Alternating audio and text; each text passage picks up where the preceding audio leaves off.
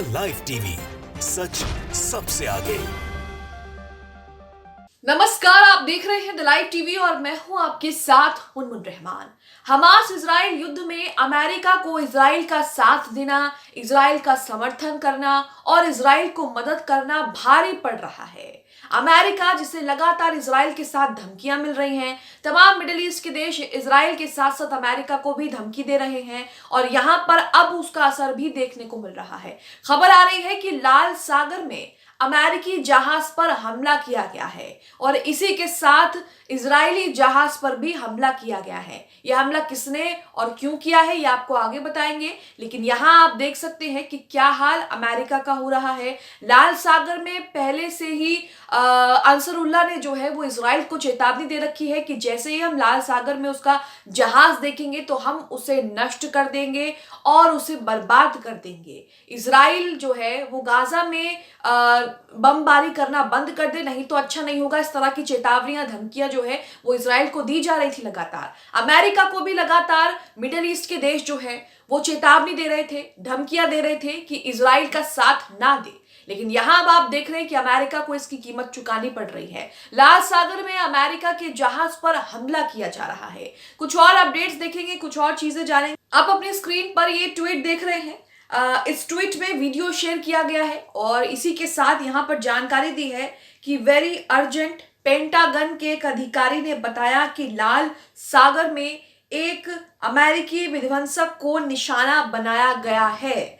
हमले में Houthi militia द्वारा लॉन्च किए गए 2 इजरायली जहाजों को भी निशाना बनाया, यानी कि लाल सागर में अमेरिकी और इजरायली दोनों के जहाजों को निशाना बनाया गया और उनमें से एक जहाज क्षतिग्रस्त हो गया है। यहाँ एक वीडियो भी शेयर किया है, इस वीडियो को भी आप देखिए किस तरह से जो है यहाँ पर सैनिक मौजूद हैं और उसके बाद एक धमाका होता है और कुछ भी जो है यहाँ पर दिखाई नहीं देता है। देखिए वीडियो।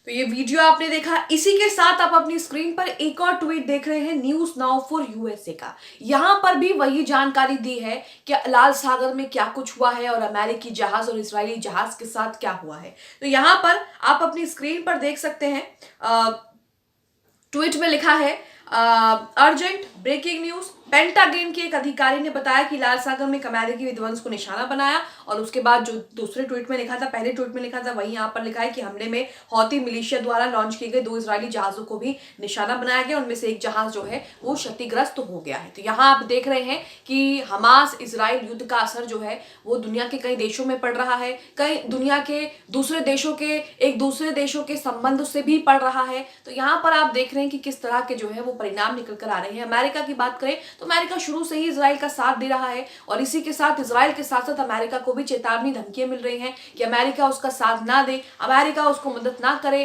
कहीं ना कहीं नेतन्याहू जो कुछ कर रहा है उसके पीछे अमेरिका का ही हाथ है। जिस तरह से इजराइल गाजा में बमबारी कर रहा है उसके पीछे भी अमेरिका का हाथ है, क्योंकि एक तरफ तो अमेरिका कहता है कि हम युद्ध विराम पर जोर दे रहे हैं, हम सीजफायर करना चाहते हैं, सीजफायर लागू करवाना चाहते हैं, लेकिन दूसरी तरफ अमेरिका जो है दोबारा से सैन्य अभियान शुरू करने, इजराइल के दोबारा से सैन्य अभियान शुरू करने को लेकर उसका साथ दे रहा है, उसको मदद कर रहा है, आर्थिक मदद कर रहा है, पैसे दे रहा है, गोला बारूद दे रहा है, तमाम उपकरण दे रहा है। तो ये सब चीजें जो है वो दुनिया की नजरों में, और यही वजह है कि अमेरिका की मुश्किलें यहाँ पर बढ़ती जा रही हैं। अब इस पूरे मामले, उस पूरे हमले को समझने के लिए नवभारत टाइम्स का ये आर्टिकल आपके सामने है जिसमें लिखा है कि लाल सागर में अमेरिकी युद्धपोत और कार्गो शिप पर हमला, हूती विद्रोही या फिर ईरान। यहां पर 2 पॉसिबिलिटीज जो हैं वो हो सकती हैं, लेकिन कहा जा रहा है कि हूती विद्रोहियों ने हमला किया है। इससे पहले भी हूती विद्रोहियों ने इजराइल के 2 से 3 जहाज जो है वो अपने कब्जे में ले लिए थे लाल सागर में ही, और अब कहा जा रहा है कि हमला किया गया जिसमें से एक जहाज जो है वो पूरी तरह से क्षतिग्रस्त हो गया।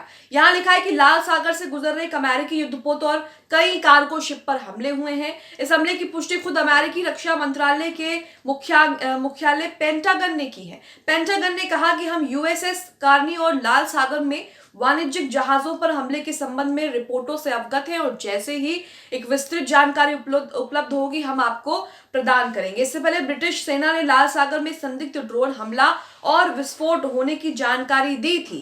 इस हमलों के बाद मध्य पूर्व में जारी सैन्य संघर्ष में अमेरिका के शामिल होने की आशंका बढ़ गई। अमेरिका अगर इस युद्ध में शामिल होता है तो पूरा मध्य पूर्व खतरे में आ सकता है। तो यहाँ आप देख रहे हैं कि किस तरह से हमास और इजराइल के बीच जंग की बात नहीं है, ये पूरे मध्य पूर्व में हलचल हो रही है और उसके क्या परिणाम निकलकर सामने आ रहे हैं ये भी हम देख रहे हैं। आगे लिखा है कि इस हमले को इजरायली हमास युद्ध से जुड़े क्षेत्र पश्चिम एशिया में समुद्री हमलों की बढ़ती हुई घटना के रूप में देखा जा रहा है।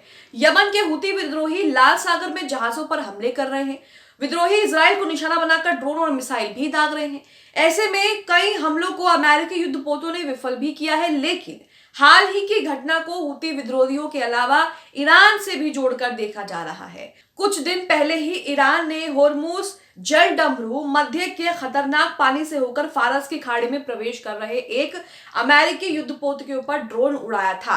ईरानी सेना, इस्लामिक रिवोल्यूशनरी गार्ड कॉर्प्स और सर्वोच्च धर्मगुरु आयतुल्लाह खली खामनेई लगातार अमेरिका को धमका रहे हैं, लगातार धमकी दे रहे हैं। जैसा कि मैंने आपको शुरुआत में बताया कि इजराइल के साथ साथ धमकियां तो अमेरिका को भी मिल रही हैं। खामनेई ने हाल ही में कहा था कि उनका देश मध्य पूर्व से अमेरिका का सफाया कर देगा, हटा देगा, मिटा देगा अमेरिका को। ईरान में Islamic revolutionary guard corps Basij militia के जवानों को संबोधित करते हुए खामनेई ने कहा था कि गाजा में मौजूद युद्ध से क्षेत्र में अमेरिकी भूमि को शक की नजरों से देखा जाएगा। खामनेई ने इजराइल पर हमास के हमले को एक ऐतिहासिक घटना भी बताया था और कहा था कि इसका परिणाम डी अमेरिकनाइजेशन होगा, जिसका अर्थ है कि क्षेत्र में अमेरिका की भूमिका पलट जाएगी।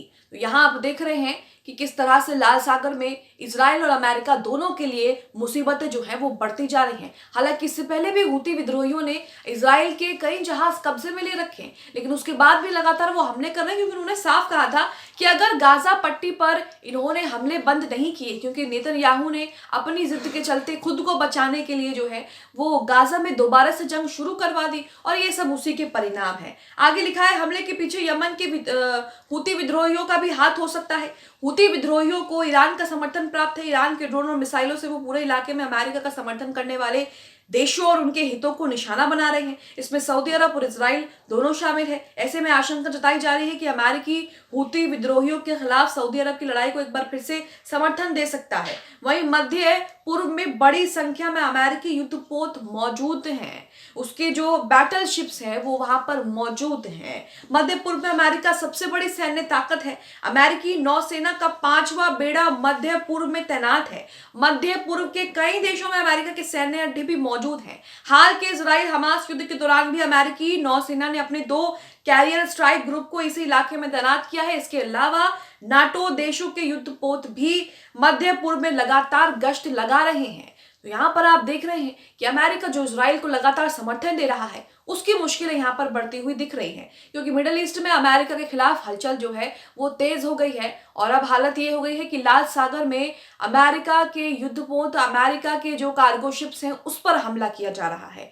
आप इस खबर को लेकर क्या सोचते हैं, हमें कमेंट बॉक्स में अपनी राय जरूर दें। द लाइव टीवी, सच सबसे आगे।